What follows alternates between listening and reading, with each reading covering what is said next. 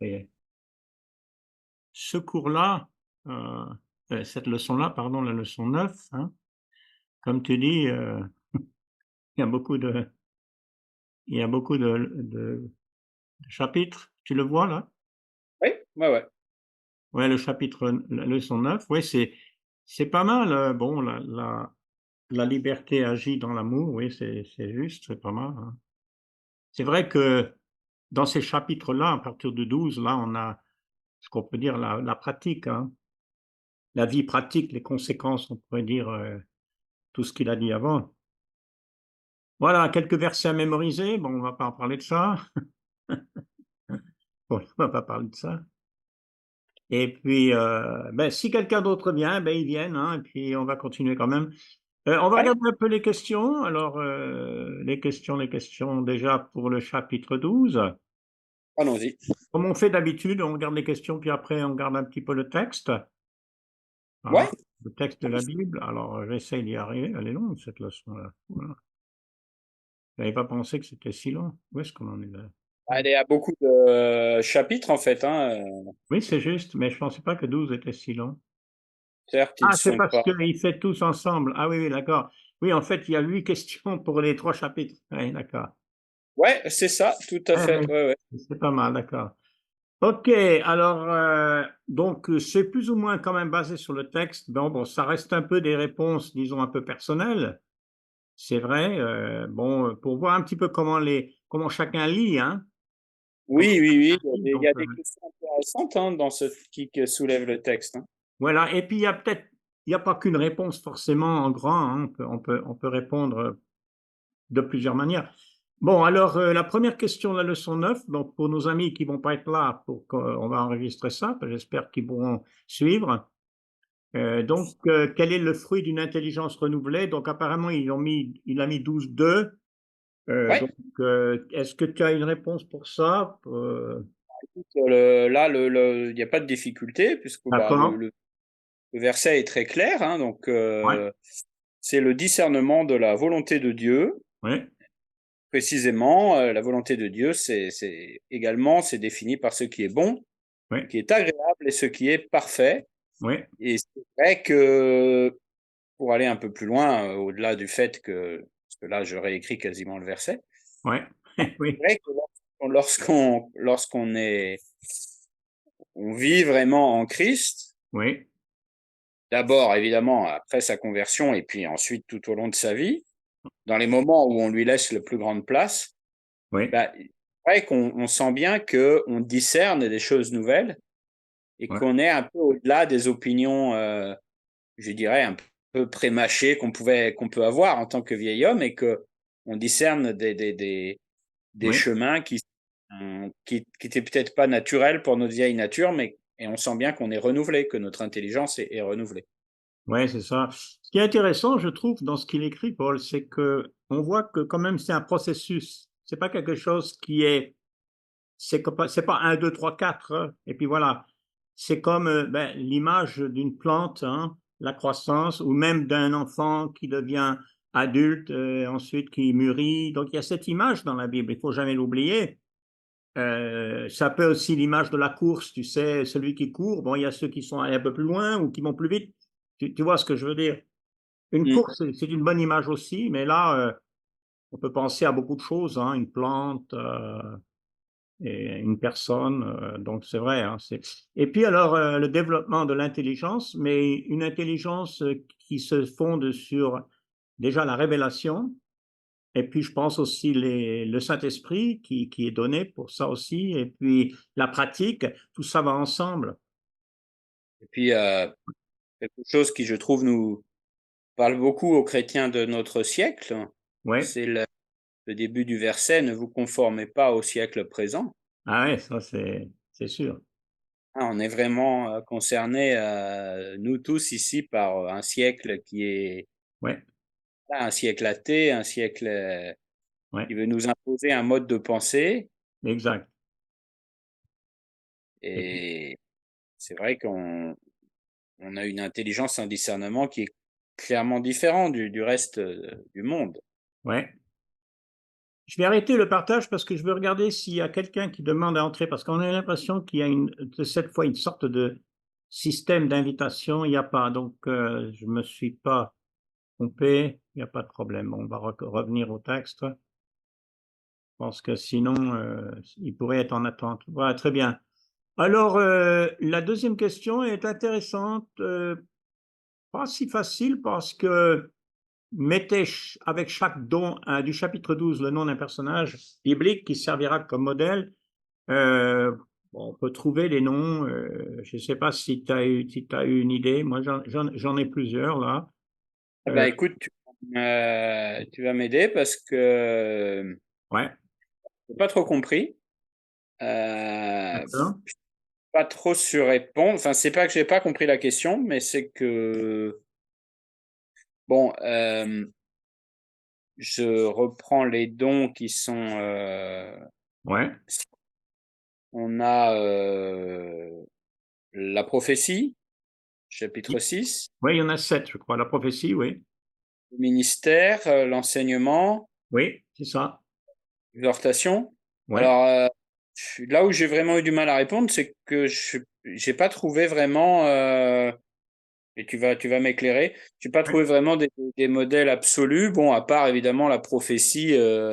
Ben oui, je peux citer un prophète de la Bible. Hein. ouais. Un prophète de l'Ancien Testament ou Jean-Baptiste. Ah, ah. Bon, je pourrais citer Jésus aussi, forcément. Mhm, mhm. Mais Oui, oui, oui, oui, oui. Oui, oui. pour le reste, j'ai trouvé que ces dons recoupaient plusieurs personnages. Ouais. Par exemple, l'exhortation ou le ministère, bah, ça ne.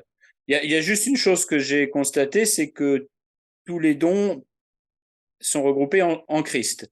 Et j'aurais pu citer Jésus-Christ pour chaque don, Oui. mais si on va chercher d'autres personnages bibliques, je ne sais pas s'il y en a qui sont vraiment caractéristiques, par exemple, de la libéralité, par exemple. Le don, le fait de donner, la générosité. Hmm, Oui. j'ai pas de personnages bibliques qui me viennent plus Ben, qu'un autre. on a le cas de Barnabas qui a vendu ses terres pour pouvoir donner aux besoins des pauvres dans les livres des Actes. Hein, Ouais. Barnabas, c'est un exemple. Oui, on pourrait trouver, par exemple, bon, pour les prophéties, il y aurait Agabus. Bon, il n'y a pas tellement parce que la prophétie, bien qu'on comprend en gros ce que c'est, on n'a pas l'impression, quand on lit le Nouveau Testament, que ça occupe une si grande importance que, par exemple, le rôle des apôtres ou même des enseignants comme Timothée ou Tite, parce que quand tu penses que Paul a écrit carrément des lettres en entier pour quelqu'un comme Timothée qui est un évangéliste, on n'a pas de lettre à un prophète, on n'a pas de description réellement, on n'a pas quelque chose où on met un accent là-dessus. Bon, on sait il y avait les prophètes, mais on ne dirait pas que c'est aussi important que dans l'Ancien Testament, parce que je crois que ça vient au fait, à mon avis, qu'il ne s'agit plus tellement de prophètes, il s'agit plutôt d'apôtres. La différence étant que les apôtres sont une sorte de catégorie de prophètes parce qu'ils sont inspirés, mais surtout ils sont des témoins oculaires, des témoins vivants de Jésus. Et ça, c'est très important qu'il y ait des témoins. Donc, ils ont un rôle peut-être même plus important en tant que témoins de Jésus et bien sûr en tant qu'enseignants, parce que l'Église persévérait dans l'enseignement des apôtres. Donc, c'est vrai que moi, on peut trouver Agabus, par exemple, comme prophète dans le livre des Actes qui est mentionné. Une fois, il annonce qu'il va y avoir une famine, mais bon, c'est pas tellement. Excuse-moi, je t'interromps. Tu as pris la question comme étant forcément des personnages du Nouveau Testament. Ben, j'ai essayé, oui. Il dit des personnages bibliques. On aurait pu. La raison que je prends les personnages du Nouveau Testament, c'est que si tu veux, cette liste de dons, c'est dans le texte de Romains où il parle de l'Église. Donc, Oui, oui, d'accord. j'ai plutôt Oui, d'accord. pensé comme ça. Alors, par exemple, pour ministère, c'est-à-dire service, on peut penser à Phébé dans le livre de Romains, justement, chapitre 16, qui a rendu service, qui rendait service à l'Église. Elle est mentionnée comme étant importante. Bon, ça, c'est intéressant. Bon, Et puis, Peut-être aussi. hein, Timothée aussi, peut-être, non? ben, c'est-à-dire qu'il n'est pas trop un diacre ou un serviteur, il est plus un évangéliste, hein, peut-être qu'on pourrait le mettre plutôt dans l'enseignement. Ah oui, ok. L'exhortation, Paul lui dit exhorte, hein, prêche, enseigne. Donc c'est plutôt ça. Bon, j'ai mis Barnabas pour ce qui est de donner, mais d'autres ont donné en même temps, d'ailleurs dans le même contexte dans Acte 4. Plusieurs même donnaient pour généreusement. On peut penser, sans mettre des noms en particulier, on peut penser aux églises qui ont donné pour les pauvres dans la Judée et puis Ah présidé, oui. présidé, on peut penser à Jacques, parce que Jacques a présidé, par exemple, la réunion de Jérusalem quand ils ont discuté de la question de la circoncision, etc., en acte 15. Donc, on voit un petit peu ça, c'est clair, hein, on pourrait mettre des noms, donc c'est pas Oui, tellement. non, mais je comprends mieux maintenant. D'accord, je comprends mieux. Je comprends mieux. On va chercher vu sous cet angle et qui est logique, va chercher des exemples dans le livre des Actes, par exemple. Oui, Oui, oui, d'accord. Non, mais je comprends mieux maintenant parce que j'étais un ouais. petit peu dans l'ensemble de la Bible, je voyais pas forcément d'exemple. Mais là, je comprends mieux. On va chercher dans l'Église première Oui, des exemples oui. concrets de ce. Ouais, d'accord, Oui, d'accord, parce que ok. le contexte, c'est ça, si tu veux, c'est Ouais, l'Église ouais, primitive. Bon, c'est là, pas. voilà, pour la question qui vient ensuite, ce serait peut-être intéressant de regarder le texte, parce que tu vois, il dit les impératifs qui sont les verbes à l'impératif, chapitre 12, versets 9 à 15. Alors, je préfère carrément arrêter là et plutôt chercher l'autre, le texte, parce que on va regarder si je peux l'avoir le texte. C'est là, il est là. Non, c'est pas celui-là. Bah, écoute, il y en a toute une série, hein. Alors, j'ai le texte de la Bible, mais il est derrière, je crois. Voilà. Je crois que je le vois là maintenant. Est-ce que toi, tu le vois, le texte de la Bible, là? Oui, bah, de toute façon, je l'ai sous les yeux, hein. C'est la même D'accord. traduction que toi. Mais c'est pour aussi ceux qui vont regarder ensuite, pour qu'ils puissent voir, Ah, hein. on le voit, on le voit. Ouais, ouais. D'accord. Alors là, c'est la question, je crois, du chapitre 12. Il dit, attends, c'est Ouais. quoi chapitre 12, c'est d'où à où, chapitre 12, 9 à 15, voilà, dans les versets. Les verbes à l'impératif, bon, je les ai notés, mais on peut quand même regarder dans le texte et puis s'arrêter au fur et à mesure. Alors, à Hmm. partir du verset 9, oui, c'est vrai que c'est intéressant que d'abord c'est l'impératif, hein, c'est-à-dire qu'il y a une forme de commandement, on pourrait dire quand même, hein, bon, alors, il y en a beaucoup, hein, alors, Oui, ayez le mal en horreur. voilà, ayez le mal en horreur, attachez-vous fortement bien, Hmm. soyez plein d'affection. Je ne sais pas si tu en as encore à voir. Alors, Ah ensuite, bah, il y en a plein, hein. Usez de prévenance. ouais, d'accord. Ayez du Verset 11, zèle. Ouais. ayez, Soyez fervent d'esprit. d'accord. On peut même rajouter d'une certaine façon, n'ayez pas de paresse, puisqu'il dit ayez du zèle et non de la Ouais, paresse. ouais, ouais, ouais, ouais, Servez le Seigneur, réjouissez-vous en espérance. ouais, Soyez patient dans l'affliction. ouais, On est ouais, de lire en fait les versets, hein, ouais, persévérez dans la prière, pourvoyez aux besoins des saints, ouais. exercez l'hospitalité, bénissez vos persécuteurs, ceux qui vous persécutent, bénissez, ne maudissez pas, réjouissez-vous avec ceux qui se réjouissent et pleurez avec ceux qui pleurent. Et puis finalement, j'ai remarqué que même après le verset 15, en fait, ça continuait, hein. Ayez les mêmes sentiments les uns envers les autres, laissez-vous attirer par ce qui est humble, ne soyez point sages à vos propres yeux. Donc, il y en a Ça, même d'autres après. c'est les négatifs, puisqu'il y a des impératifs positifs. Je crois que c'est ça la question aussi. C'est ça la question. C'est ça la question. Donc, Mais bon, c'est pareil. Oui, c'est bien. oui, oui. Mais c'est vrai que ça s'arrêtait au 15. Euh, voilà, c'est vrai.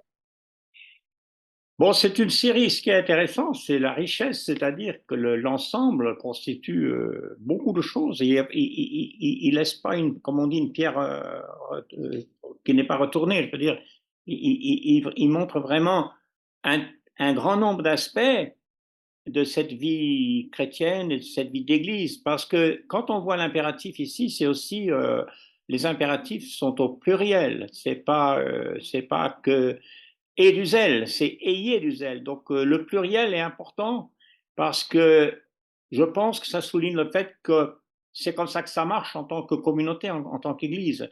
C'est pas une personne ou deux, il s'agit de tout le monde.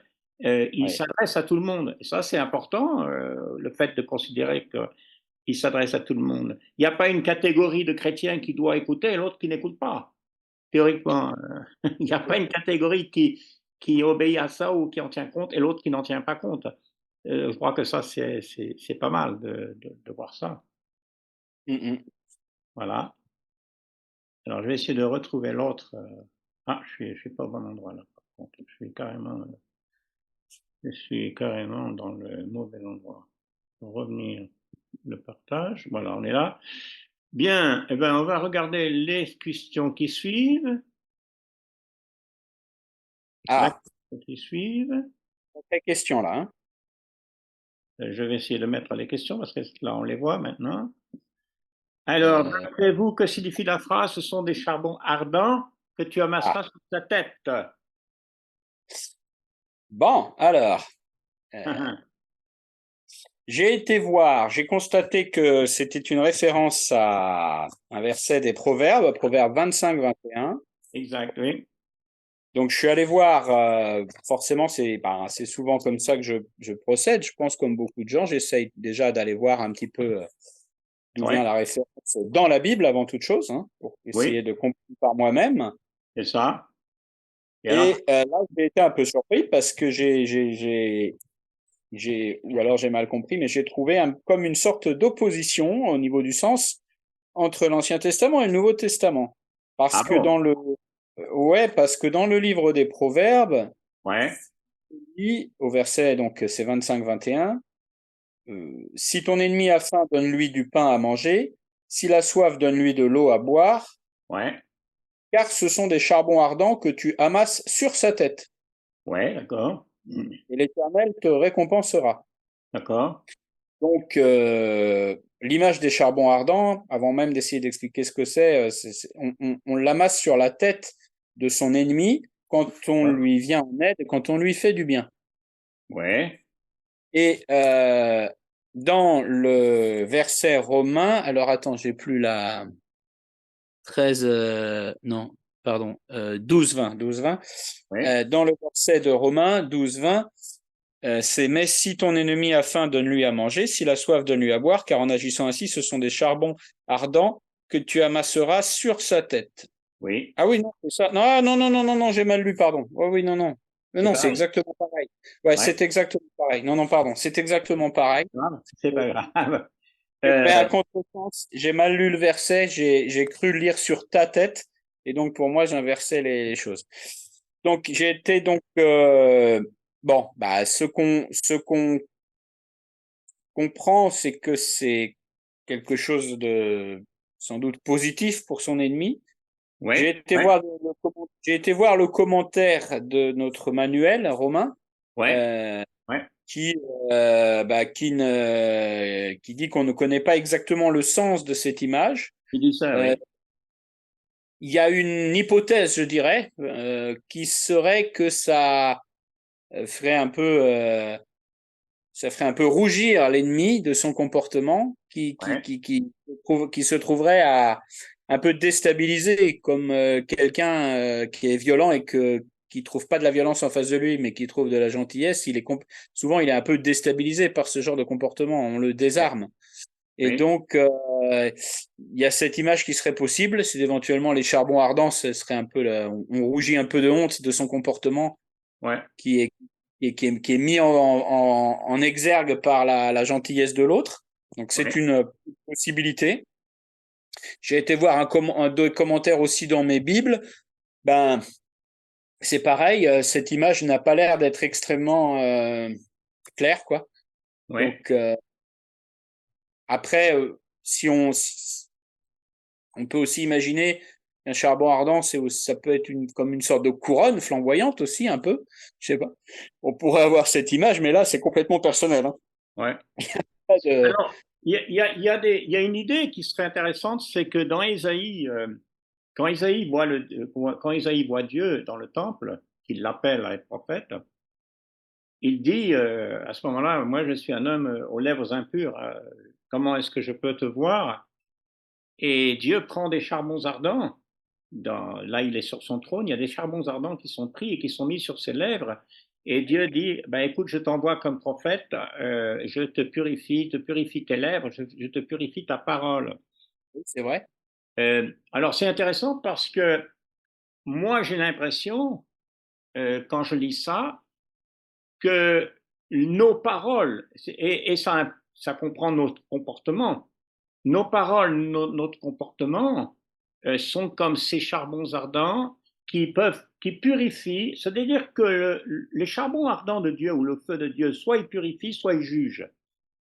Il y a, c'est deux choses. Alors ça peut être soit que l'ennemi va être purifié par ce comportement, ou soit il va se sentir jugé par Dieu par ce comportement. Parce que quand Jésus fait le bien, il dit dans Jean 3 que la lumière, elle fait partir les ténèbres. Les ténèbres résistent à la lumière. Il y a comme une lutte à ce niveau-là. Et de toute façon, quelle autre manière est-ce qu'on a de pouvoir réagir aux adversaires, aux ennemis, enfin à tous ceux qui nous veulent du mal, que de persister, Paul le dit d'ailleurs, rendre le mal par le bien.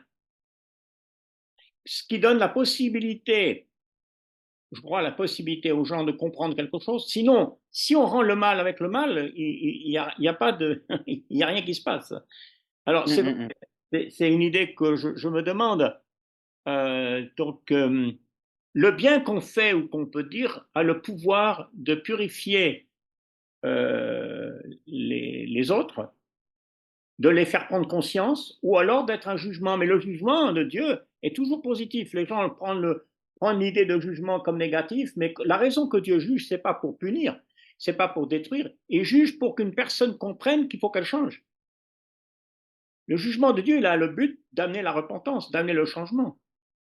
C'est pour ça que je pense que ça peut se référer à cette idée qu'on retrouve, donc, comme j'ai dit, dans Ésaïe chapitre 6. Et puis d'autres versets d'ailleurs, où on voit ce côté-là chez les prophètes. Bien, alors je ne sais pas s'il y en a autre chose, sinon en tout cas, c'est bien, on a pas mal dit de choses.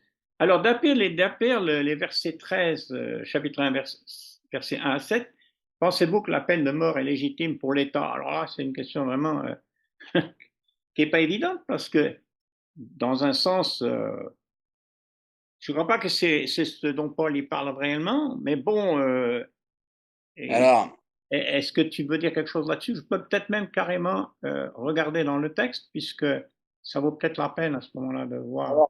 oui, alors bon, c'est vrai qu'on est vraiment là dans un passage où Paul, comment le dire avec des mots modernes, défend et incite à l'obéissance aux autorités, hein, et notamment à la loi, aux magistrats, à l'exercice.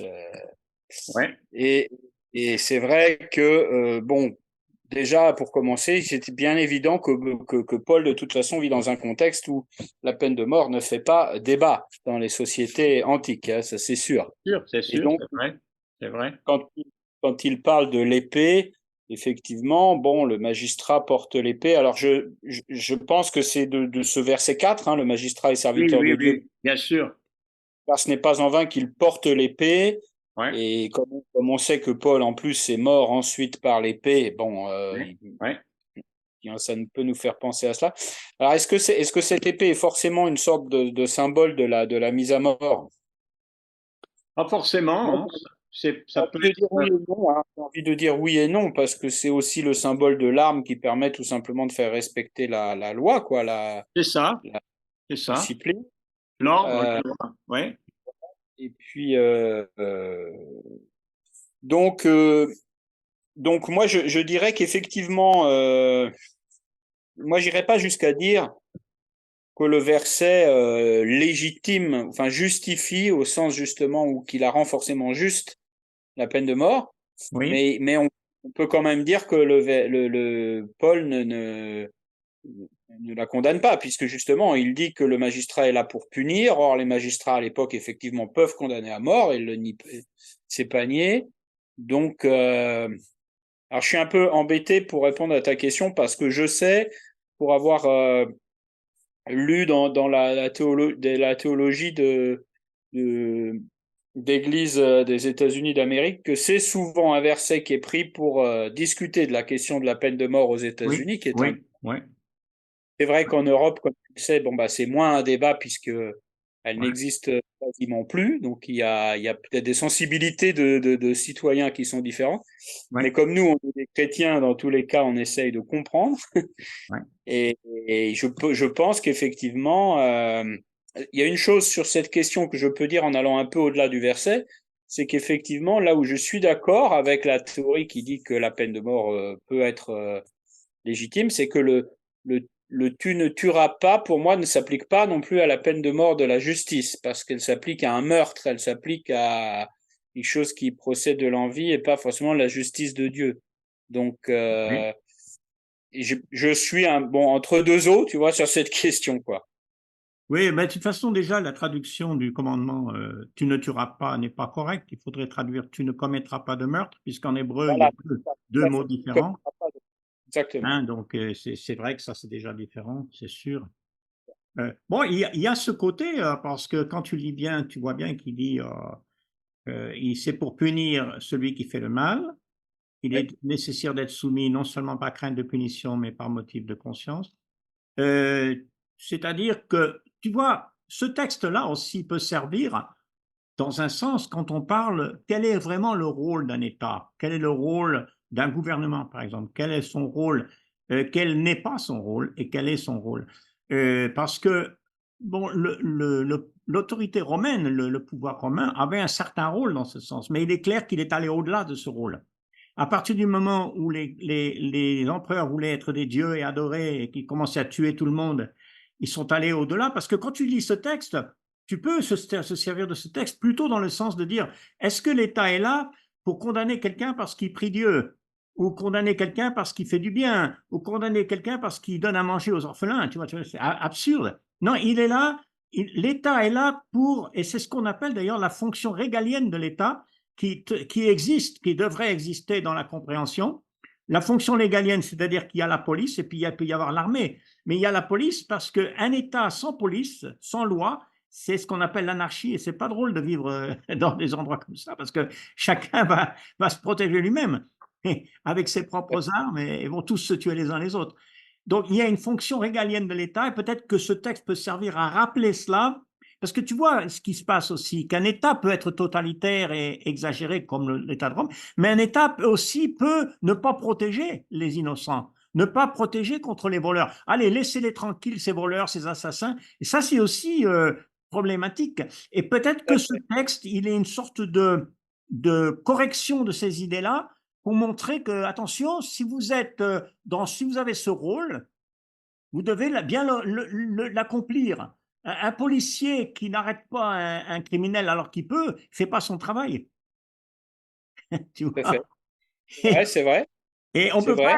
on peut pas être à 100% contre la police ou même l'armée parce que ça voudrait dire que on vit dans une société sans règles, sans ordre. Il y en a beaucoup qui pensent que ça serait très bien, mais ils n'ont jamais vécu dans une société comme ça pour voir si c'est vraiment très bien. Tu vois. Donc, Ouais, voilà. c'est vrai, c'est vrai. Et puis je pense qu'il y a aussi un contexte hein, quand même C'est ça. de Romains où effectivement et puis il y a c'est en filigrane je trouve dans ce texte Oui, moi je sens aussi une sorte de rappel aussi que mon royaume n'est pas de ce monde. C'est-à-dire qu'il rappelle aussi aux chrétiens que c'est pas le but, c'est pas de créer maintenant le royaume de Dieu sur terre. Enfin, il est là, le royaume de Dieu, il est dans l'Église, mais je veux dire, le royaume que les Juifs pouvaient attendre avec le Messie qui était le successeur du roi David, qui allait combattre les Romains, qui allait se révolter. Il y a aussi en filigrane un peu ce rappel que les autorités doivent être respectées. oui, et puis Dieu, de toute façon, lui aussi, Dieu se préoccupe de l'ordre parce qu'il est un Dieu d'ordre, comme dit 1 Corinthiens 14. Dieu est un Dieu d'ordre aussi parce qu'il est un Dieu de justice et qu'il faut que les hommes essayent du mieux possible d'être dans Mm, la justice. C'est pas mm, parce qu'ils soient croyants ou non, il faut se comporter avec justice et celui qui commet des crimes commet des crimes. On rejoint peut-être aussi là en Romains 13, qui dit, ce que Paul dit tout au début de Romains, hein, au chapitre 1 et 2, quand il parle des non-juifs qui ont conscience qu'il y a du bien et du mal, même parfois qui savent qu'il y a une différence, et ça a toujours existé, et heureusement dans un sens. Parce que si on vit dans une société, disons, non chrétienne, mais qui est complètement sans règles, sans loi, ici, ils sont drôles ici, parce qu'aux États-Unis, il y a une expression qu'utilisent des non-chrétiens, ils disent, on ne peut pas légiférer la moralité. Le problème, c'est qu'ils n'aiment pas être volés ni être assassinés. Donc, il faut légiférer la moralité. Et donc, c'est un peu comique de voir ça comme ça. Ça fait partie des absurdités de notre époque, Oui, c'est ça. où des gens sont convaincus que qu'ils ne font pas de morale, alors qu'en réalité, ils imposent une nouvelle morale.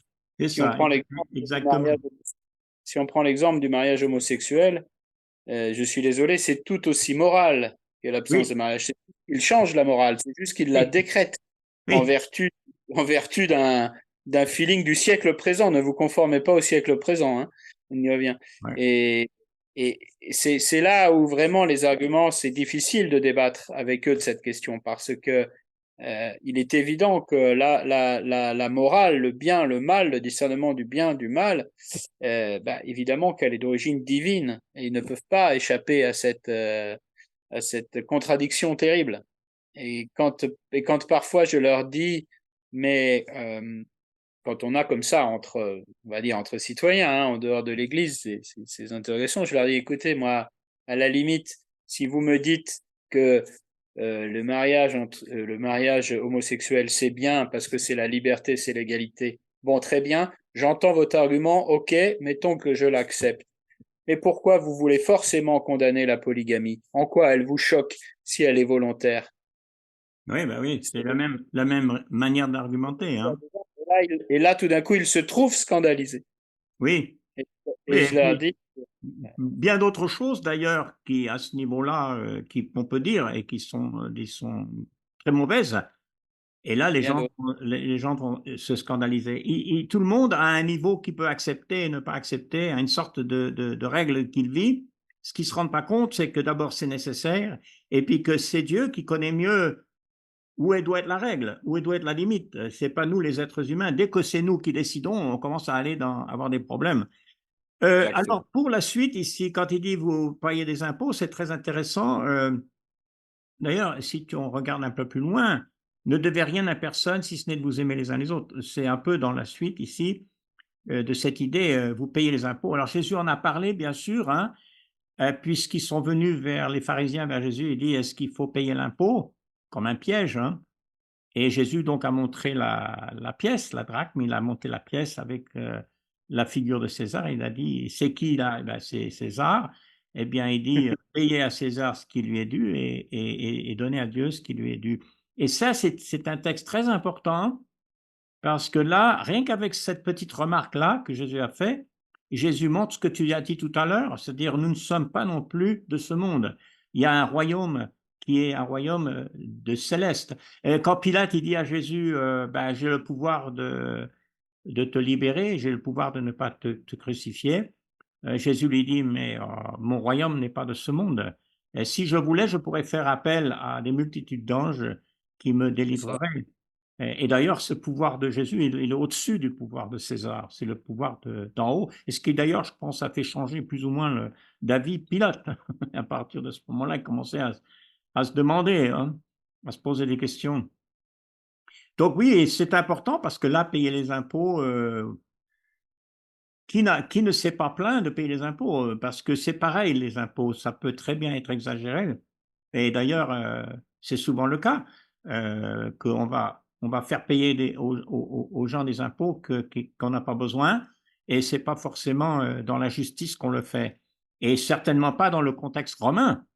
Et d'ailleurs, plus ça avance, là, bon, à l'époque où Paul écrit Romains, c'est pas encore le pire, mais plus ça progresse dans ce sens, quand on voit que Néron, il brûle presque la ville de Rome en entier, et puis après, il va chercher des impôts pour reconstruire toute la ville.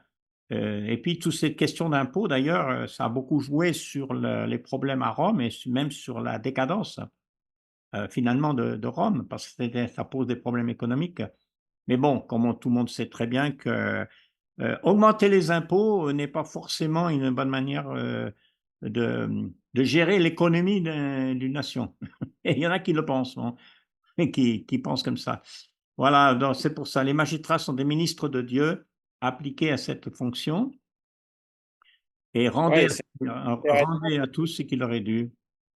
Je trouve c'est intéressant cette définition quand même, car elle est quand même puissante, elle est forte quand même. Les Oui, magistrats sont des ministres de Dieu, donc ouais, ouais. c'est quasiment une expression qu'on emploierait pour parler de serviteurs dans l'Église quand même. Oui, Les oui, oui, oui, magistrats, oui, oui, c'est des ministres de Dieu, donc oui, mais il dit bien entièrement appliqué à cette fonction. Donc j'ai le sentiment que sa définition, c'est de dire ils sont serviteurs de Dieu parce que toute la justice vient de Dieu. oui, Quand c'est quand même appliqué sur terre, parfois évidemment imparfaitement, mais le principe de justice vient de Dieu, et donc ils font quand même une certaine façon l'œuvre de Dieu, oui, mais ils précisent bien quand même appliqué à cette fonction, c'est-à-dire vraiment dans leur fonction. C'est pas en tant que tels qui sont des ministres de Dieu, c'est pas en tant qu'être humain oui. engagés comme pourrait l'être dans l'Église, mais c'est dans leur fonction, dans leur rôle professionnel, quoi. C'est bien. Et tu sais, c'est très important ce texte pour une autre raison, c'est que quand on voit le christianisme et qui avance, disons, à partir de même du livre des Actes et qui va jusqu'à Rome, on sait du point de vue historique que ce n'est pas simplement des esclaves qui sont devenus chrétiens comme on pourrait penser ou des pauvres, mais que très rapidement, beaucoup de gens nobles, des gens importants, des magistrats, Tout à par exemple, sont devenus chrétiens.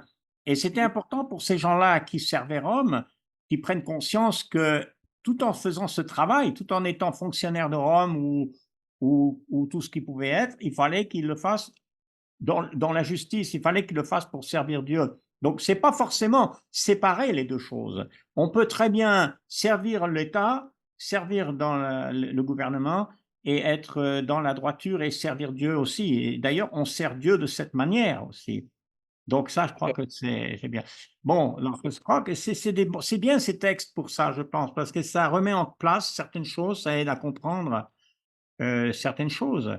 Il ne faut pas être contre le fait que des chrétiens peuvent avoir des positions, travailler, je ne sais pas moi, dans les impôts ou quoi. Voilà quoi. Oui, ça me paraît, oui, oui. Hein? Oui, enfin, ça me paraît assez évident. Mais oui, oui, ça paraît évident, oui, c'est sûr, hein. Mais c'est bien que ces choses soient écrites parce que c'est possible que il serait plus difficile si on n'avait pas tout ça écrit noir sur blanc. Ça nous aide en tant que chrétiens. Alors, je vais remettre le partage parce que je l'ai enlevé. Je ne sais pas comment j'ai fait. Voilà. Et puis, on va regarder. Je crois qu'on a encore peut-être quelques questions. Et il nous en reste trois. C'est ça. Alors, oui. Comment est-il vrai que l'amour est l'accomplissement de la loi?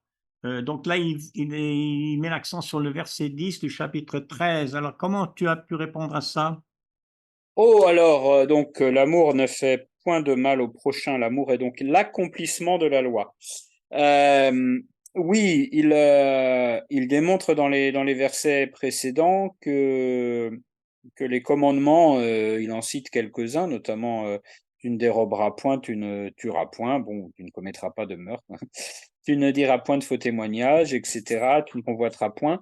Tout cela, ça se résume dans la parole de l'amour de son prochain, de tu aimeras ton prochain comme toi-même.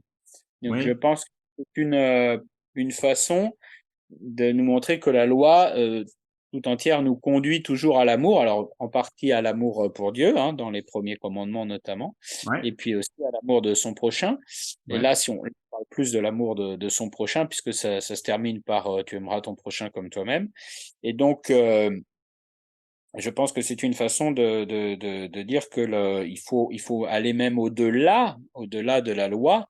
Elle est accomplie, elle est sublimée, si je puis dire. Elle est encore plus puissante si on intègre en soi le commandement d'amour, c'est-à-dire que c'est tout ce qu'on dit, un peu que la loi était un pédagogue pour aller vers la foi, c'est-à-dire que là, on a quelques principes d'amour de son prochain, évidemment, si on aime son prochain, bien entendu qu'on ne va pas le voler, on ne va pas évidemment faire de faux témoignages contre quelqu'un qu'on aime, et on ne va pas convoiter des choses qui lui appartiennent, parce que, bien entendu, on sait que ça lui fera du mal, Ouais. mais il faut aller plus loin que cela, il faut voilà, vraiment vivre le commandement d'amour pleinement.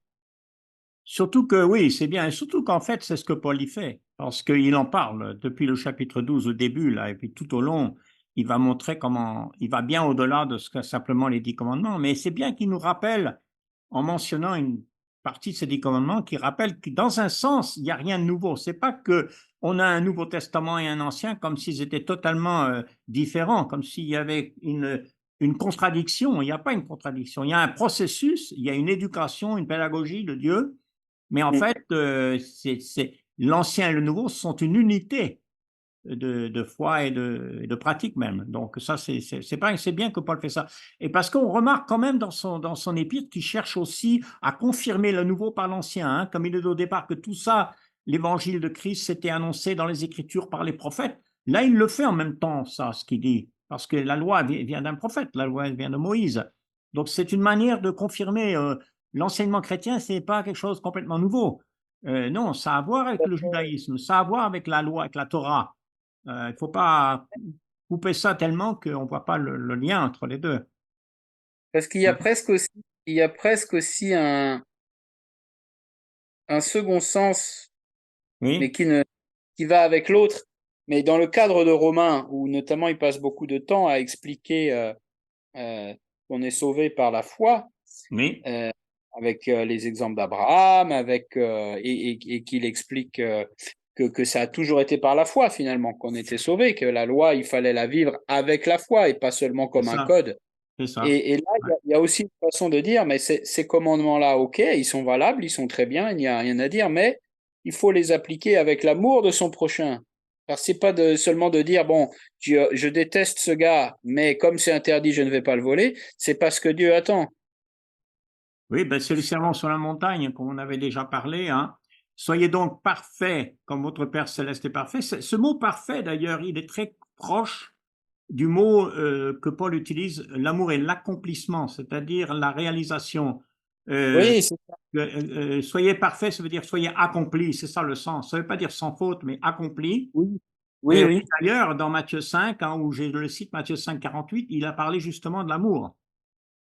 Et il en parle beaucoup dans Romains de l'amour, hein. C'est pas que. S'il en parle beaucoup de l'amour d'ailleurs. Doll a expliqué qu'il a raison, que c'est la liberté du chrétien dans l'amour, pour tous les aspects, hein, tous les Bah aspects. oui.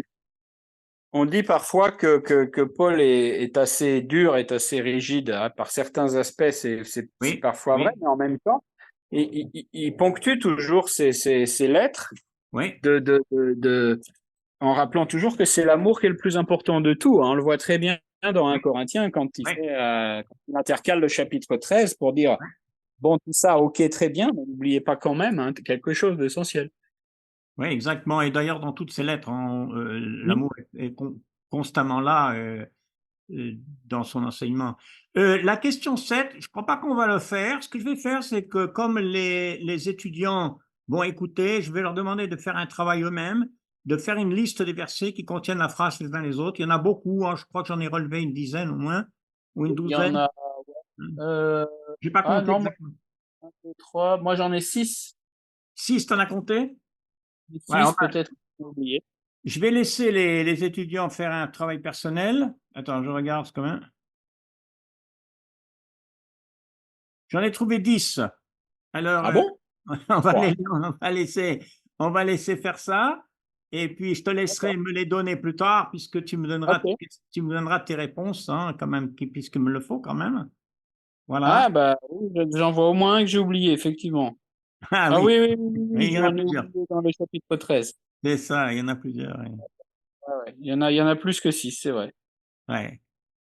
Là, alors, dans le contexte, oui, 14.1 à 15.13, comment distinguer ce qui est opinion de ce qui est doctrine, hein, la différence qui le qu'il fait ici. Opinion, donc on pourrait dire, si on voulait faire ça d'une manière un peu mathématique, on pourrait dire opinion égale liberté, Oui, doctrine, on pourrait dire égale immuabilité, hein, ce qui reste. Donc, ce sont deux choses différentes. Donc, il y a beaucoup à dire là-dessus. Moi, je vais te lire un petit peu ce que j'ai écrit pour ne pas trop rester là-dessus. Je dis que lorsque Paul conclut sa discussion en contrastant ces questions d'opinion et ce que veut l'Esprit de Dieu, il souligne surtout ce qu'il appelle le manger et le boire, hein, le voir qui souligne ce côté-là, d'accord? Le contraste n'est pas simplement entre des questions d'opinion et des enseignements clairs et universels de l'Écriture, mais entre ce qui est matériel, je dirais extérieur, parce que les aliments, les boissons, les jours qu'on observe, et le fruit de l'esprit, que sont la justice, la paix, la joie. Quand tu contrastes la nourriture, la boisson, les jours à garder, et de l'autre côté, tu mets la justice, la paix, la joie, qu'est-ce qui est plus important? mm, La mm, justice, la joie et la paix. mm, mm. Ça revient un Bien peu à ce évidemment. que j'ai dit des pharisiens, un petit peu, pas exactement, mais en Matthieu 23, il dit, hein, vous avalez un chameau, mais vous ne voyez pas la différence Mm, dans les choses qui sont les plus importantes pour Dieu. Parce qu'il y a des hiérarchies de valeurs pour Dieu. On ne pense pas, mais c'est vrai. De même qu'il y a des péchés qui sont plus graves que d'autres, hein, c'est clair. Il y a des gens qui disent tous les péchés sont les mêmes. Non, c'est pas vrai. Mais il y a des hiérarchies aussi de ce que Dieu demande. Il y a des choses qui sont plus importantes, qui passent avant et qui même déterminent les autres choses d'ailleurs. Donc ça, il faut pas l'oublier. Hein. Euh, Et c'est un beau passage, hein. Je Très trouve que beau. c'est un... Alors, une autre chose que je remarque dans ce passage, on pourrait regarder en détail, on peut le regarder un peu dans le texte d'ailleurs, c'est que quand Paul parle ici, quand il écrit au chapitre 14, une chose à remarquer du point de vue de la grammaire, du point de vue du texte, c'est là, il écrit à la première personne, il s'adresse au tu, à l'individu. Si tu regardes bien comment le texte est écrit, Ah oui, hein, ah oui, c'est vrai, tu exact. remarqueras qu'il dit celui, un tel, un tel. Et c'est très intéressant parce que c'est pas comme ça qu'il écrit d'habitude. Quand il parle, par exemple, au chapitre 12, c'est toujours le pluriel. Hein, offrez vos corps comme un... Et ça, il s'adresse à la communauté. Mais là, ce qu'il montre, c'est qu'il y a une individualité. C'est-à-dire que pour Paul, il y a une place pour l'individualité. On n'est pas tous exactement pareils en tant que chrétiens. Tu vois, je crois que ça souligne. Et c'est important dans le contexte de Romains parce que tu as des gens issus du judaïsme qui sont chrétiens et les autres. Eh bien, on ne va pas demander qu'à quelqu'un qui a grandi dans le judaïsme, il va manger exactement, se comporter exactement comme un non-juif. Ça serait absurde. Et c'est vrai assez vrai quand on regarde les cultures. Hein, il y a un côté, tu sais, il y a un côté dans la culture qu'il faut regarder, le côté individuel. Bon, lui, il est comme ça, voilà comment il boit, voilà ce qu'il mange, voilà ce qu'il est habitué dans sa famille. Et c'est pas forcément des questions de doctrine. Ça peut être des traditions, ça peut être, bon, on chante la Marseillaise, bon, ça, c'est pas un drame pour Dieu. On fête Noël, c'est pas un drame pour Dieu. Mais il y en a qui ont fait des lois, des règles, faut pas de sapin de Noël, faut pas, tu vois ce que je veux dire, des choses comme ça. Et je crois que c'est culturel et que c'est par l'individu qui doit estimer lui-même s'il peut ou pas. Mais quand on commence à faire des règles pour tout le monde, pour tout, on tombe dans le pharisaïsme, En je tout cas, pense. en tout Hein? cas, ce que je pense, alors je pense que c'est un passage vraiment intéressant et Oui, nécessaire à lire et à méditer, parce beaucoup, que c'est la effectivement. clé vraiment de l'unité entre chrétiens, Oui, de savoir. oui, Et c'est vrai que on peut tous avoir nos convictions, et je pense, et c'est ce que Paul le dit d'ailleurs vraiment à un moment, quand il dit que ben, celui qui mange, il le fait en rendant grâce, celui qui ne mange pas, il le oui, fait et il rend grâce. Donc voilà, en fait, il oppose deux comportements qui paraissent d'extérieur radicalement différents en oui, disant, mais c'est bien parce que ce qui se passe à l'intérieur de l'être humain, c'est que oui, dans les deux cas, il rend grâce au Seigneur. Et voilà, ça, je voilà. trouve que c'est un passage qui est prodigieux, vraiment Prodigieux. prodigieux. Ah ouais, ouais. Effectivement, euh, tu reprends l'exemple de la fête de Noël. Effectivement, on peut avoir des tas de débats sur cette fête, On n'en parce finit pas. que Oui, plein de choses. Et si on a à cœur la parole de Dieu, on peut pas avoir ces débats en s'invectivant et en se rejetant. On peut y avoir ces débats en se comprenant.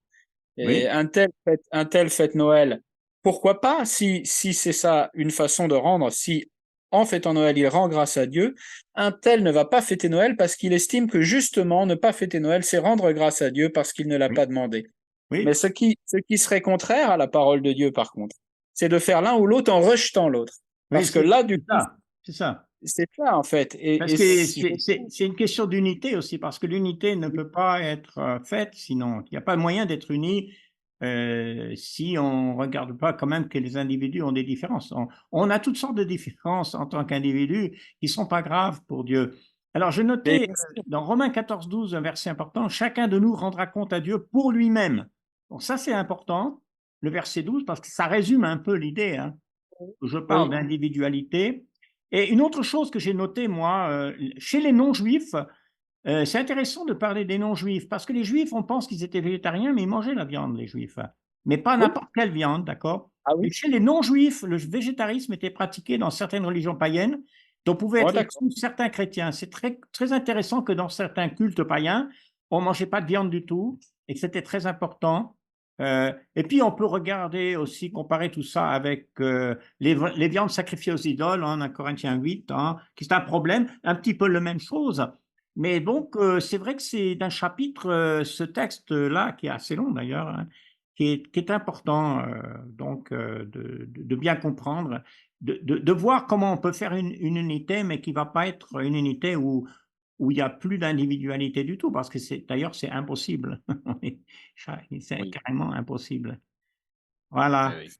Alors, ce que je voulais faire, c'est que je vais revenir ici et je vais aller dans le texte. Je veux faire quelques remarques sur le texte parce qu'on ne veut pas tout regarder dans le détail. Certaines choses que je trouvais intéressantes, mais je ne veux pas faire tout, parce qu'on n'a pas vraiment le temps.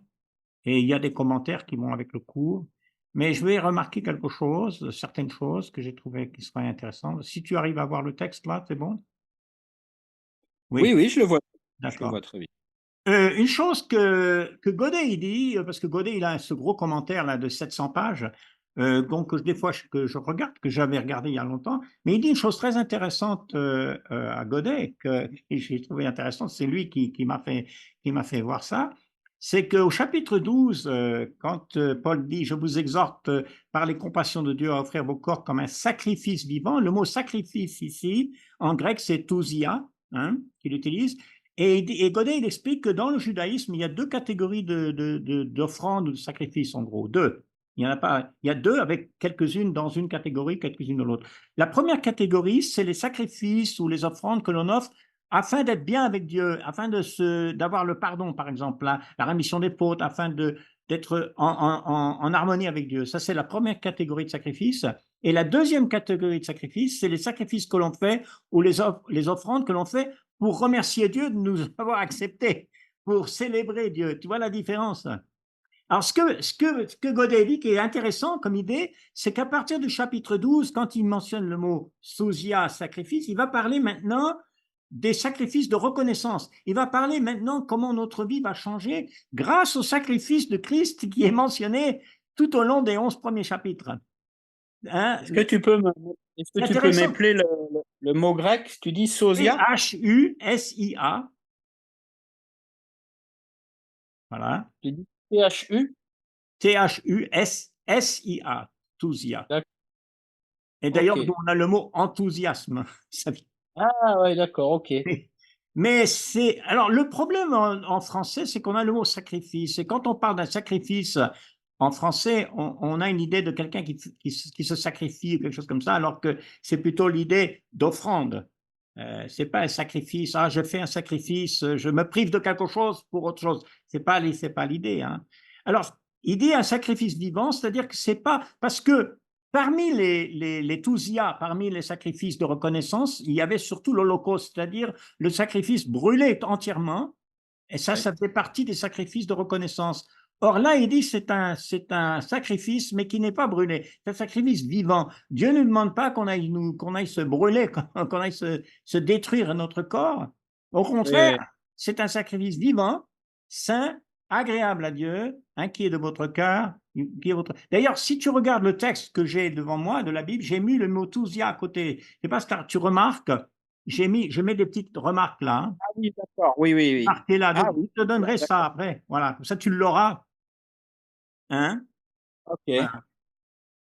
Donc là, voilà. Alors, le renouvellement de l'intelligence, afin que vous discerniez quelle est la volonté de Dieu, ce qui est bon, agréable à faire, il y a presque un texte semblable, pratiquement mot pour mot, dans Hébreux 5, versets 11-14. Parce que là, en Hébreux 5, il dit cessez d'être dans les choses primitives, élémentaires, primaires, mais devenez plus mûrs. Et la définition de la maturité, selon ce texte, hein, je l'ai mis le texte là, Hébreux 5, pardon, c'est d'être capable Mmh. de discerner la différence entre le bien et le mal. Quand on est capable de faire la différence, c'est qu'on a une compréhension mûre de la volonté Mmh. de Dieu. Et c'est pas tout le monde qui a cette compréhension. Ça vient par un processus de maturité. Hein. C'est pas C'est évident, vrai, mais c'est vrai. c'est la base parce que si tu sais pas dans une situation, bah ça c'est pas bien et que tu le fais quand même, tu as des problèmes.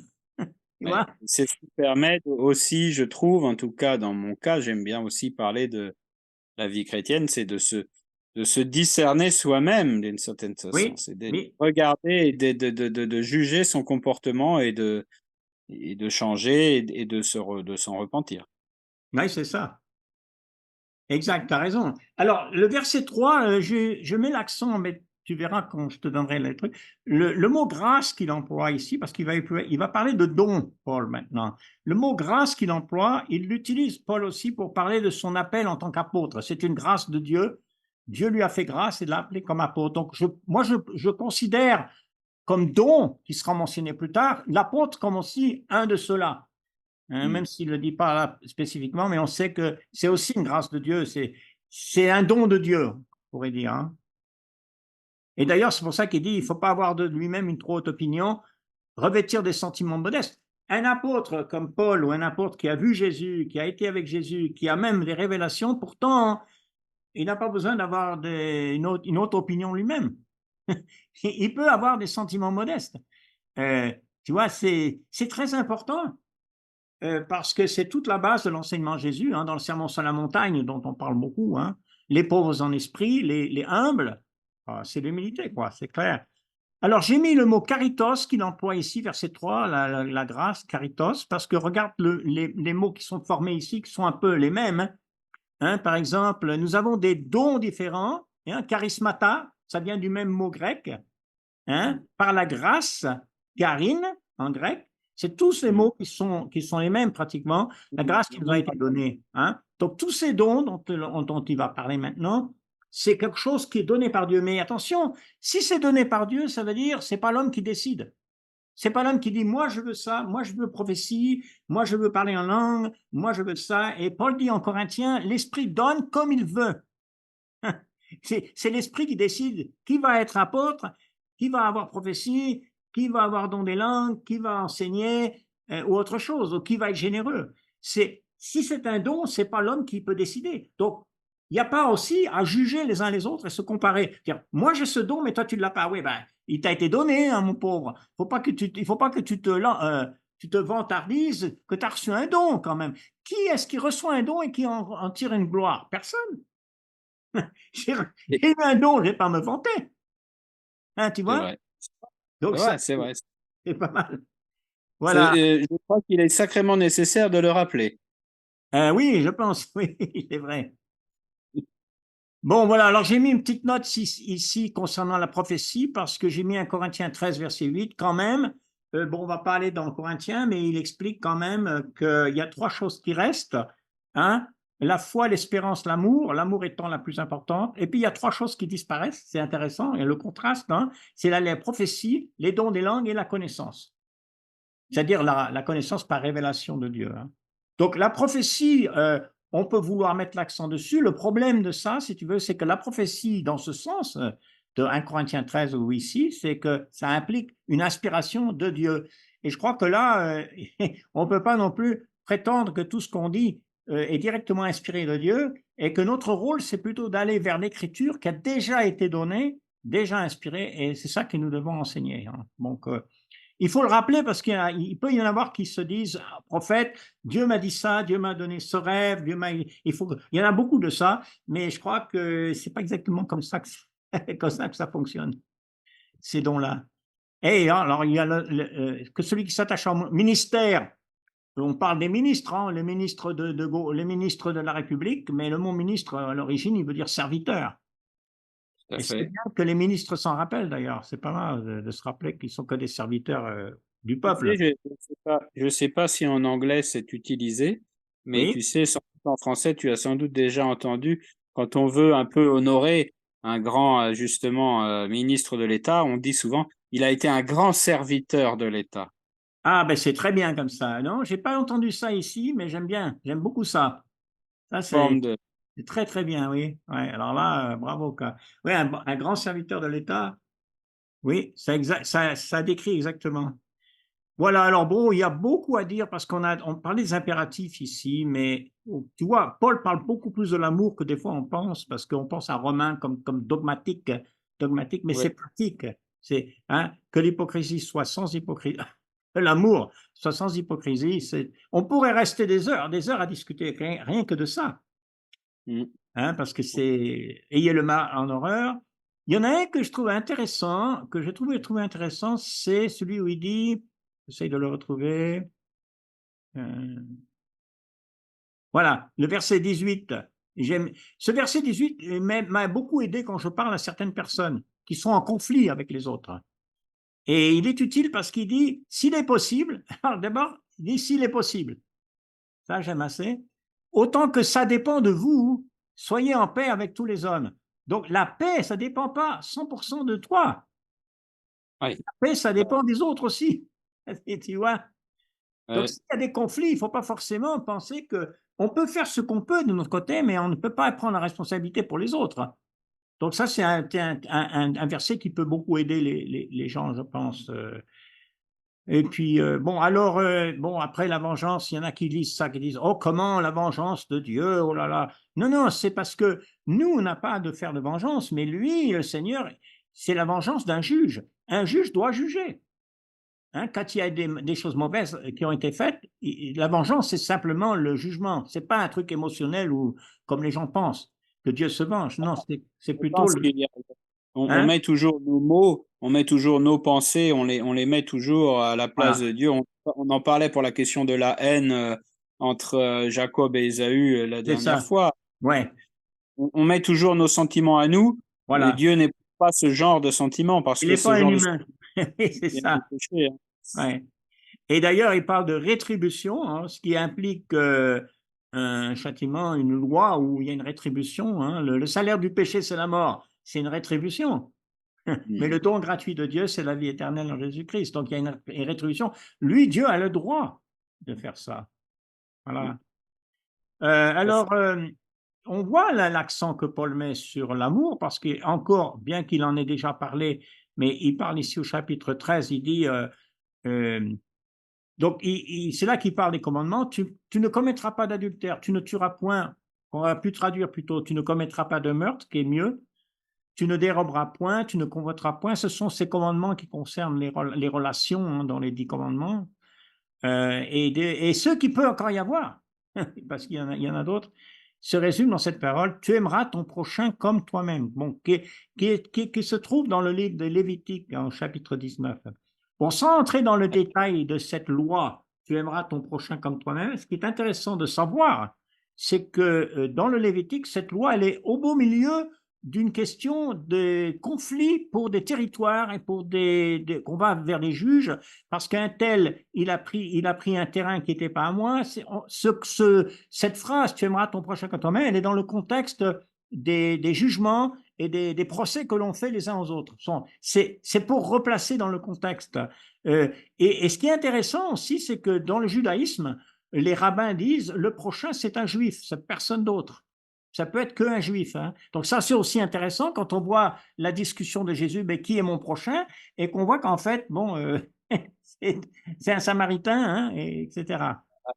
Il y a la Ah, parabole magnifique là, oui. ouais. Donc Jésus prend ce commandement qui se trouve dans le Lévitique, mais il le met vraiment lui donne son importance, hein.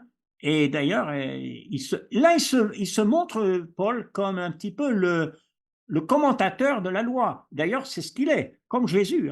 Le Nouveau Testament, on peut dire, commente la loi et nous donne le sens profond et réel de la loi. Il y a une Ah, continuité, il y a une continuité, si tu veux. ouais. Et inversement, la loi nous amène à l'évangile. Ouais, c'est ça, c'est ça. Ouais, qu'il y a une belle. Ouais. Alors, je vais simplement, parce qu'on a parlé pas mal du chapitre 14, mais simplement, j'ai mis en rouge, tu regarderas quand tu as le texte, j'ai mis en rouge tout ce côté où je montre qu'il s'adresse ici au singulier. C'est intéressant de le constater, hein. Tel croit pouvoir manger de tout, tel autre, que celui qui mange. Tu remarques le singulier ici, c'est important, hein. Tel fait une distinction entre les jours. Alors, là, il ne parle plus, il n'écrit plus à la communauté comme il le fait d'habitude. Quand il parle, il parle à la deuxième Dis-moi, personne. Oui, dis-moi, je me suis posé la question, la distinction entre les jours. On peut imaginer qu'il parle du respect du sabbat dans ce cadre-là, sans doute. je pense aussi parce que s'il y a du judaïsme, il y a des juifs qui sont convertis, hein, c'est clair, et qui veulent garder leur sabbat, je ne vois pas pourquoi ce serait un problème. Hmm. Tu Oui, vois? tout à fait. C'est Oui, ça. Donc, oui. et d'ailleurs, ça, le sabbat, il y a aussi la question des aliments, il y a d'autres Hmm. questions qui se posent. Si tu veux, le problème dans le Nouveau Testament, le problème, c'est soit on va dire aux Juifs qui se convertissent, qui abandonnent toutes ces traditions, toutes ces fêtes, le sabbat et tout. Je ne pense pas que c'est correct parce qu'on voit même que Paul, en tant que converti juif, il va garder certaines choses quand il va. Oui, tout à Et fait. puis Il se l'autre rend. problème, c'est de dire le non-juif doit devenir juif. Alors, tu as aujourd'hui des gens, des églises, qui regardent l'Ancien Testament et qui disent, ah, il faut garder le sabbat, ah, il faut garder les aliments, comme les adventistes, etc. Le problème, c'est qu'ils disent pas, il faut être circoncis, parce que là, non, on n'a pas envie d'être circoncis. Mais Mais le problème commence vraiment s'ils affirment que le salut est dû au respect de ces règles-là. oui, c'est Là, ça. Et effectivement, ils le disent pas toujours d'une manière aussi directe, euh, voilà, en général, mais moi ils le j'en oui, connais qui ne le disent pas, hein, qui sont clairs là-dessus, qui disent oui, bien qu'on est vraiment sauvé par la foi, mais qui oui, pensent que oui, c'est la façon d'honorer oui. Dieu. Alors, Alors, c'est vrai. Et c'est alors, quand tu vois ce chapitre-là et que tu discutes avec quelqu'un, si quelqu'un, par exemple, est chrétien et qui veut absolument garder le sabbat, le problème, c'est que dans l'adventisme, quand tu regardes les origines et les enseignements au départ de l'adventisme, c'était réellement, le dimanche d'ailleurs était le signe de la bête, hein, la marque de la bête. Qu'on parle 666, selon les premiers fondateurs des adventistes, ça c'est la marque de la bête, c'est le dimanche. Donc, tous les gens qui gardent le dimanche sont des hérétiques. Mais pourtant, Paul il dit ici que chacun garde le jour, tu vois, que ce soit le oui, dimanche ou le lundi exactement. Hmm. ou le sabbat. Donc, voilà, donc voilà un peu Il est vrai que je pense que ça ne contredit pas quand même le fait que, on l'a étudié dans notre cours sur l'Église, Oui, on a l'Église qui se réunit le premier jour, donc le dimanche. oui, Euh, je oui, pense que on doit quand même, voilà, puisque effectivement on lit la Bible dans son ensemble et on essaye oui, bien oui, sûr de oui, trouver un équilibre. Mais donc le jour de réunion quand même des chrétiens, c'est manifestement le premier oui, jour. oui, Mais c'est vrai, bon, sur la question de l'alimentation, c'est intéressant. Peut-être après tout, peut-être que moi, je ne me suis pas forcément posé cette question, mais quelqu'un qui dirait, par exemple, ben, écoutez, le porc, c'est pas toujours très bon pour la santé, c'est une viande trop grasse. Et bien la sûr. preuve, et qui dirait, ben, je n'en mange pas, et puis je pense que voilà. Eh bien, dès l'instant qu'il ne lie pas cette interdiction à son salut, parce que là, effectivement, c'est vraiment là, ce serait un blasphème contre la mort du Christ à la croix, parce que c'est ça qui nous sauve. Oui. Bon, je pense que là, on est appelé à une certaine tolérance par Paul.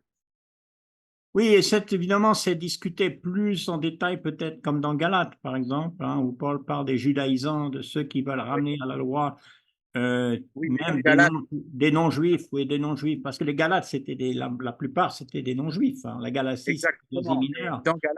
dans Galates, il est clair, Paul, hein, parce que il vient, comme on sait qu'en Galatie, il y avait des églises, il y avait des synagogues déjà de juifs implantés, parce que On l'Empire avait. romain a exilé des familles entières juives, Oui, hein, lesquelles les oui, avait c'est citées. ça. Et manifestement, après la prédication du salut par la foi que Paul fait en Galatie, manifestement, Oui, certains ont commencé à saper Oui, son enseignement, mais pour faire revenir les gens ouais, véritablement au salut par les œuvres, quoi. Hein, ouais. et dans Galate, il le dit très bien. Il dit, là, il dit vraiment que le problème, c'est que justement, c'est le salut qui est attaqué là. Oui, oui, c'est ça. Eh bien, alors, comme on parle, j'ai parlé au chapitre 14 de l'individualité qui soulignait tel autre, chacun, etc., etc. Quand on arrive au chapitre 15, hein, il continue dans cette voie, en verset 2, que chacun de nous, hein, notez comment c'est toujours l'individu là, que chacun de nous cherche à plaire au prochain pour ce qui est bien en vue de l'édification. Donc il y a une responsabilité personnelle pour Hmm. édifier. C'est Ouais, pas la responsabilité de quelqu'un d'autre, c'est la mienne. Parce qu'il dit chacun sera jugé selon ses œuvres. Et donc, c'est quelque ouais. chose qu'il ne faut pas oublier, même s'il y a la communauté, il y a l'idée d'église, il y a aussi l'idée de l'individu, de la responsabilité de l'individu. C'est pas l'un ou l'autre. Il y a les deux qui existent dans l'enseignement de Jésus. Hein. J'aime beaucoup le verset 4 parce que tout ce qui a été écrit d'avance a été pour notre instruction, hein, afin que par la patience, la consolation que dans les Écritures, nous possédions l'espérance. Et aussi, verset, tout est très riche ici. Hein, Christ n'a pas cherché ce qui lui plaisait, mais ce que lorsqu'il est écrit, les outrages de ceux qui t'insultent sont tombés sur moi. Ça, c'est une prophétie de Psaume 69, hein, qui est messianique. Hein. Il y a beaucoup, beaucoup de ça dans les psaumes. Donc, essayez d'imiter Jésus. On n'a pas besoin de. C'est pas pour nous, c'est pas pour notre plaisir, mais on cherche à édifier les autres, on cherche à aider nos frères. Et quand il y a un Hmm. esprit comme ça, il y a beaucoup plus d'unité. L'unité, Oui, c'est pas toujours la doctrine. L'unité, c'est aussi l'esprit, l'attitude, le comportement tout à qu'on fait. peut avoir par rapport à des questions comme ça aussi. Hein. Donc, ça, Ouais, c'est important. Hein. l'unité Et j'ai. doit Voilà. se vivre, pas Ouais. seulement se proclamer. Oui, c'est vrai. Accueillez-vous les uns les autres. Ça va pas être évident entre convertis du judaïsme et convertis du paganisme, et pourtant, il faut s'accueillir les uns les autres. Et ça suit le raisonnement de Romains 14 avec toutes ces questions-là, les nourritures, etc., et tous ces trucs. Tout à fait. Les Juifs avaient l'habitude de penser qu'un païen pouvait devenir juif, mais il fallait qu'il soit un prosélyte, c'est-à-dire qu'il fallait qu'il soit circoncis et qu'il se mette totalement dans le judaïsme, et il pouvait être considéré comme un juif. Et je pense qu'au premier siècle, il y a beaucoup de convertis qui ont confondu les prosélytes avec les chrétiens. Ils ont pensé que les chrétiens, comme par exemple de Galatie ou d'ailleurs, non-juifs qui se convertissaient, c'était comme des prosélytes juifs. Il fallait qu'ils soient circoncis, qu'ils gardent toute la loi, mais ce n'est pas du tout la même chose. Ils ne sont pas des prosélytes du judaïsme. Et en fait, c'est ce que Paul va venir expliquer maintenant. Il va expliquer que l'œuvre de Christ, elle est pour toutes les nations, donc même ceux qui ne sont pas sous la loi, hein, qui n'étaient pas sous la loi de Moïse, eh bien, tout l'Ancien Testament montre qu'ils étaient appelés à partager le salut de Dieu. Hein. Donc, je te louerai parmi les nations, psaume 18, ça j'ai marqué les versets. Hein. Louez le Seigneur, vous toutes les nations, réjouissez-vous avec son peuple. Et d'ailleurs, en plus, il met Ésaïe 11, verset 10, hein, Hmm. il sortira d'Isaïe un rejeton, donc c'est le Messie, qui se lèvera pour régner sur les nations. Les nations espéreront en lui. Donc, Paul utilise l'Ancien Testament pour montrer, écoute, le but de Dieu, c'est les nations, c'est tous les peuples. Allez, faites des disciples de toutes les nations. Donc, il ne faut pas que non plus les Juifs convertis pensent qu'on en est toujours là. Non, il faut qu'ils acceptent le fait, comme Pierre a eu du mal, ils acceptent le fait que, tiens, ces Ouais. gens comme Corneille, eux aussi peuvent être, ils peuvent avoir l'esprit et peuvent être baptisés, eux aussi peuvent faire partie du salut. Alors, bon, ça rejoint ce qu'il a dit hein, encore au chapitre 10 et 11 sur l'olivier naturel, l'olivier sauvage. Il se répète, Paul, beaucoup. Hein. Il répète les mêmes idées hein, Ouais. continuellement, presque. C'est une question qui est pas partagée hein, encore. Non? Qui, hein, c'est quelque chose qui est compliqué. Hein. Il y a toujours envers le peuple juif Oui, des tas d'idées que c'est normal, ils suivent une autre alliance, etc. oui, C'est-à-dire que pourtant, bien que dans la Bible, c'est écrit noir sur blanc que oui, l'ancienne alliance est morte, qu'elle oui, disparaît, oui, qu'elle est oui, oui, remplacée par une nouvelle, mais il y a pourtant plein de chrétiens oui, qui, tout en aimant Jésus, en étant vraiment des chrétiens sincères, oui, euh, donnent un statut comme ça particulier au peuple juif. oui, Euh, oui. alors, je ne suis pas du tout contre le peuple juif, c'est pas du tout ce que je veux dire, mais théologiquement, ça ne se tient pas. Ben, c'est-à-dire que quand même, ils ont un statut unique, parce que Paul le montre, mais il faut voir dans quelle mesure ils ont ce statut et dans quel but. Ils ont toujours une place devant Dieu. Moi, personnellement, je pense, quand on lit les prophètes, comme par exemple Jérémie, Jérémie va dire plusieurs fois il est déjà en captivité, Jérémie, hein, pratiquement. Il n'est pas exactement, mais il va y être bientôt, c'est la fin. Eh bien, il va expliquer que si Dieu n'avait pas laissé un reste fidèle en Israël, ils auraient été que Sodome et Gomorre. Ça, c'est Ésaïe chapitre 1 aussi, qui est cité dans Romains. C'est-à-dire Oui. que si Dieu a permis qu'Israël, malgré toutes les choses que Israël a vécues, c'est parce qu'il y a un reste fidèle. Il y a ceux qui ont un cœur pour Dieu. Il y a des Juifs qui ne croient même pas en Dieu. Mais pour ceux qui ont un cœur pour Dieu, qui sont fidèles, et je pense beaucoup aux Juifs qui acceptent Jésus comme Messie aussi, eh bien, Mhm. Dieu préserve Israël aussi pour cette raison, parce qu'il a fait cette promesse. Dieu a fait la promesse que tant qu'il y aurait un reste fidèle, Israël ne Mhm. sera jamais détruit. Et je crois que cette promesse, elle est jusqu'à la fin des temps. Je ne crois pas Mhm. qu'Israël va être. Et je crois que c'est quelque chose qu'il faut bien souligner. Pour ceux qui Mais voudraient se débarrasser d'Israël, c'est pas comme ça qu'il faut voir les choses, hein.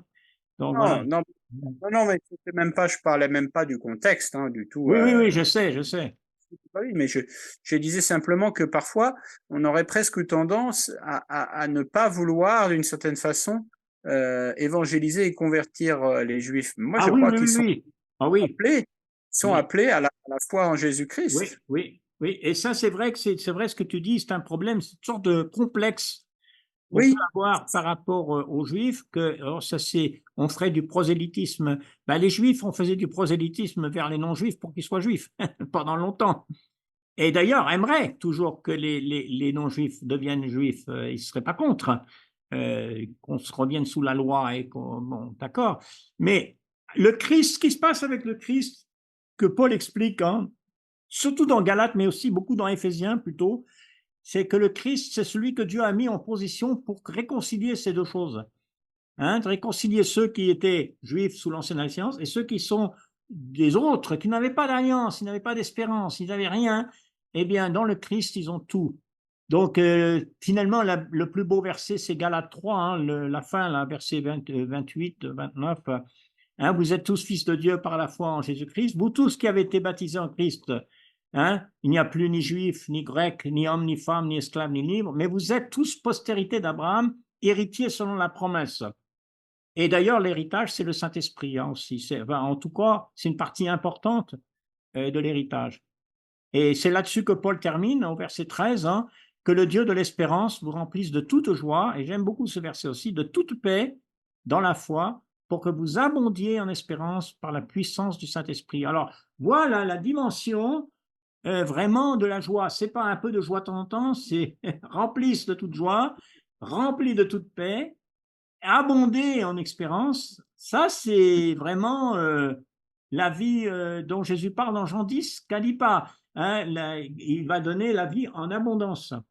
Une abondance de joie, une abondance de paix. Qui ne voudrait pas tout cela? Une abondance d'espérance. C'est pas ouais, l'abondance financière, peut-être, certainement pas. C'est pas ce que Dieu promet, mais c'est l'abondance de ces choses-là et qui tout à sont les fait. choses importantes.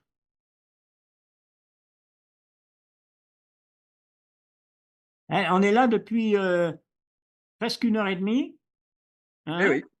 et donc ça a passé, et puis on n'a pas eu d'autres qui sont venus. J'espère que nos autres étudiants vont pouvoir me faire donner leurs questions et leurs dissertations, parce que sinon, je ne pourrais pas leur donner le cours comme s'ils l'avaient suivi, mais je l'espère. J'attends ça de eux. De toute façon, c'est enregistré.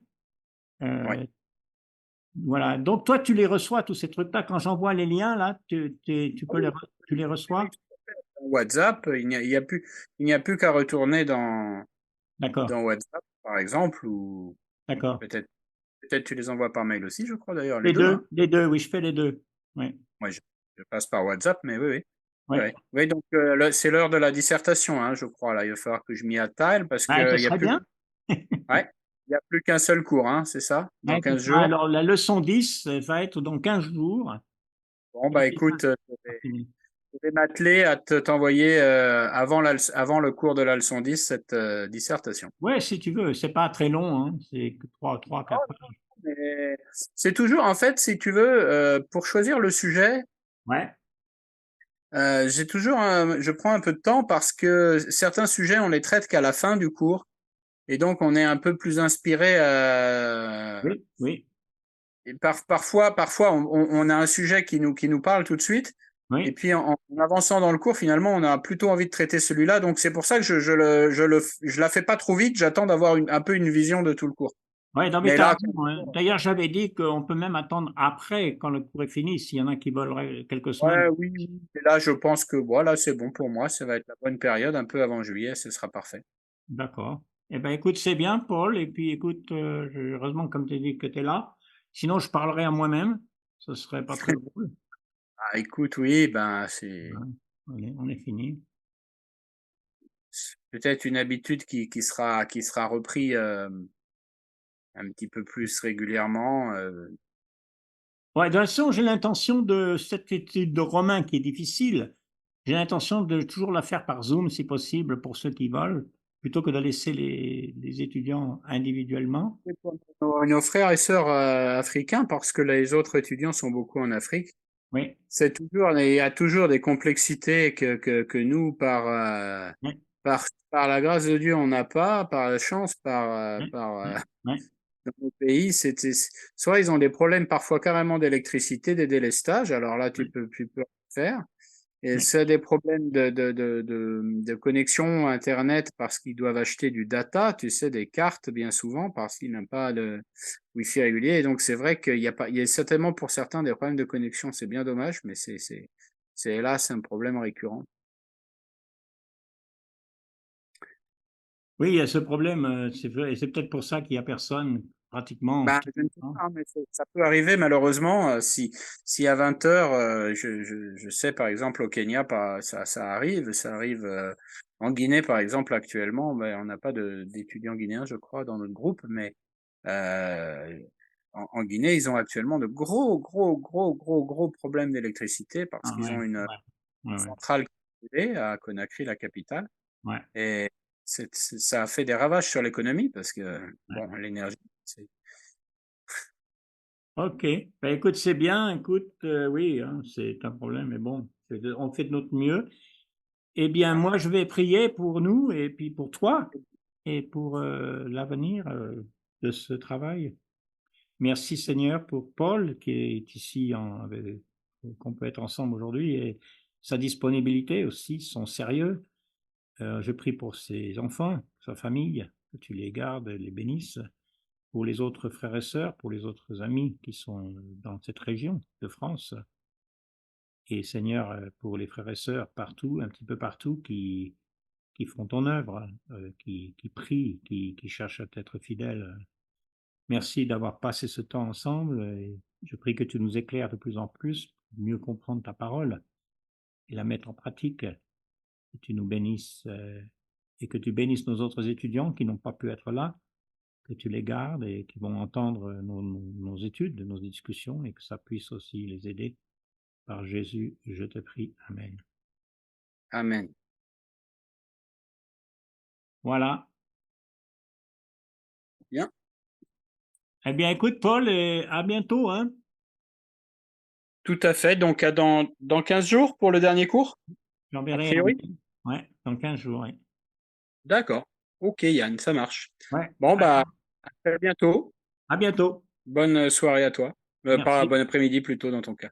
Ouais, merci.